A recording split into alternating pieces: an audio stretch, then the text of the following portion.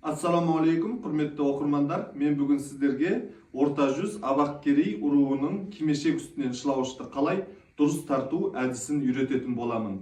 Бұны маған үйреткен Монғолия Баян-өлгей аймағынан келген танымал айтыскер ақын апамыз Егеухан Мұхаммадиқызы. Жалпы кимешек үстінен тартылатын осындай үлкен жаулық бұл орта жүз ұруларында шылауыш деп аталады. Шылауыш көлемі жағынан 1-1,5 метр, ені 4 бұрыш мата, және біз оны ортасынан екіге осындай жаулық формасында келтіріп бүктейміз. Сосын маңдайын 7-6 сантиметрдей болатын етіп бүктейміз. Және шылауыштың тартылуы керей ұруында ұстап тұрған кезде осылай сол жақ шетінен тартылады.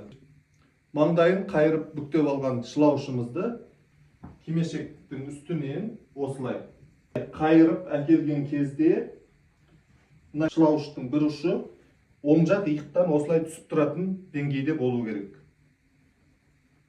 Енді артқы жағын мынандай түйреуіштің, кәдімгі түйреуіштің көмегімен осы жерден әркімнің өзінің басының өлшемі бойынша түйреп бекітетін боламыз. Мінекей, қараңыздар, шылауыштың жаңағы қысқа алған ұшын қайырып әкеп оң жақ иықтан түсіреміз, ал келесі жақ шетін мінекей мынандай сол жақ шекесіне қарай жығамыз. Және жыққан жерімізді күміс түйреуішпен бекітеміз.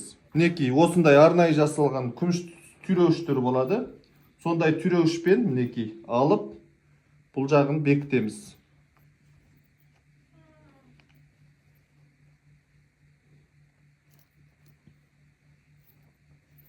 Мінекей, күміс түйреуішпен бір жағын бекіттік. Енді шылауыштың артқы бөлігі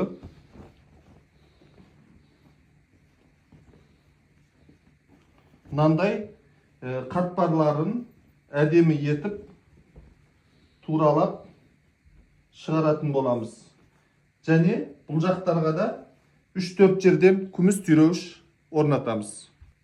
Енді әркім өзінің социалдық жағдайына қарай шамасы жеткендер 7-8-ге дейін осындай күміс түйреуіштермен бекіткен. Бұл негізінен шылауыштың формасын ұстап тұру үшін және сәндік мақсатта осындай күміс түйреуіштер тағылады артынан. Егерде жас келіншектер болса, мынандай әсем төбелдірік деген зат бар.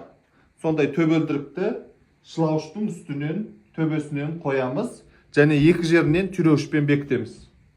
Түйреуіш немесе ерте кездерде сабақты инемен осылай бекітетін болған.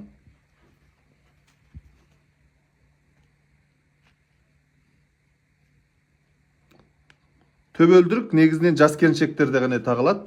Жас жеткен қарт әжелер төбелдірік тақпайды.